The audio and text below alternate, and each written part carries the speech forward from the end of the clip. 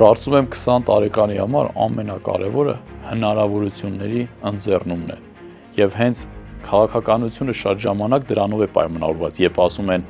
արդյոք երկրում իրականացում է լավ քաղաքականություն թե վատ։ Լավ քաղաքականությունը դա այն է, երբ հասարակության բոլոր անդամների, մասնավորապես երիտասարդների, ում ոչ միայն ապագան է իրենց, այլ նաեւ ներկան, ստեղծվում է բարենպաստ պայմաններ եւ միջավայրներ ամբողջական իրացման համար։